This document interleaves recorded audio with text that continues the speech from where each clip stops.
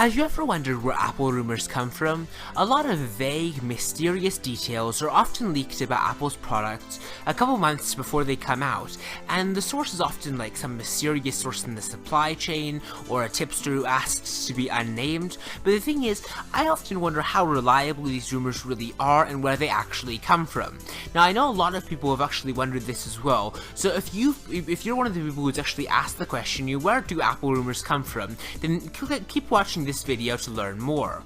So a new report from DigiTimes actually tells more about where Apple rumors come from, who actually is the one actually giving them, and whether they're actually accurate or not. So in an article just posted recently, titled "Explaining the Kaiwan Model for the Mobile Supply Chain," DigiTimes research said some of the following.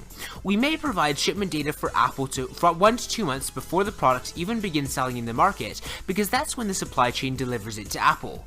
Now that explains the crush of relatively reliable rumors that typically hit about a month before the product appears. But there are stages before that. When Apple is getting a product ready for the market, the product is in the supply chain pipeline about 6 to 9 months before Apple even announces its launch. That assertion about a product being at suppliers but still going through more chart changes 6 to 9 months before release sheds light on some of the more dubious rumors that appear early on.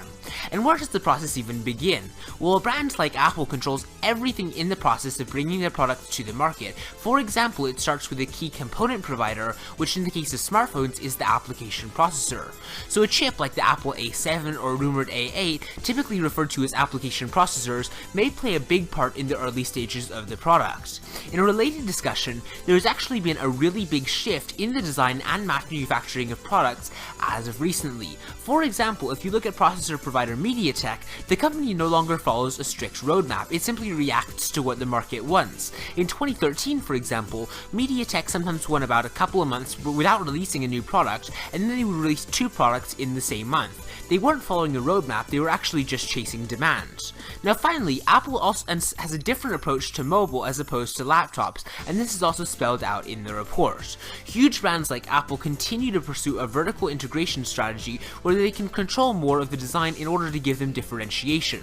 However, this is a much different business model than that seen in the notebook industry, where ODMs provide designs to the brands and choose their own components. ODMs do a lot of heavy lifting in terms of product development, while EMS firms simply provide manufacturing services. The brands have a lot more control over the overall design and component choice. Now, early Apple rumors such as concept and basically just visual renditions of what the products will look like are really just for fun, and they're just trying to just give a glimpse of what Apple might do. Those are definitely not reliable. The sources that are reliable for rumors are ones that have been proven reliable in the past. So if a site has gotten previous Apple products right before they were announced, they're pretty reliable for the future because they obviously have some good sources in the supply chain that actually tell them what Apple is working on. But if a site has a more checkered history where they get some products right and they don't get some right, they're probably not as reliable to turn to for information about upcoming Apple products. But anyways, I hope this answers some of your questions about Apple rumors. If you have any more, please let me know in the comments below. I'd be glad to answer as many of them as I possibly can. Please be sure to like and subscribe if you enjoyed this video and thought it was helpful, and I will see you next time. Bye!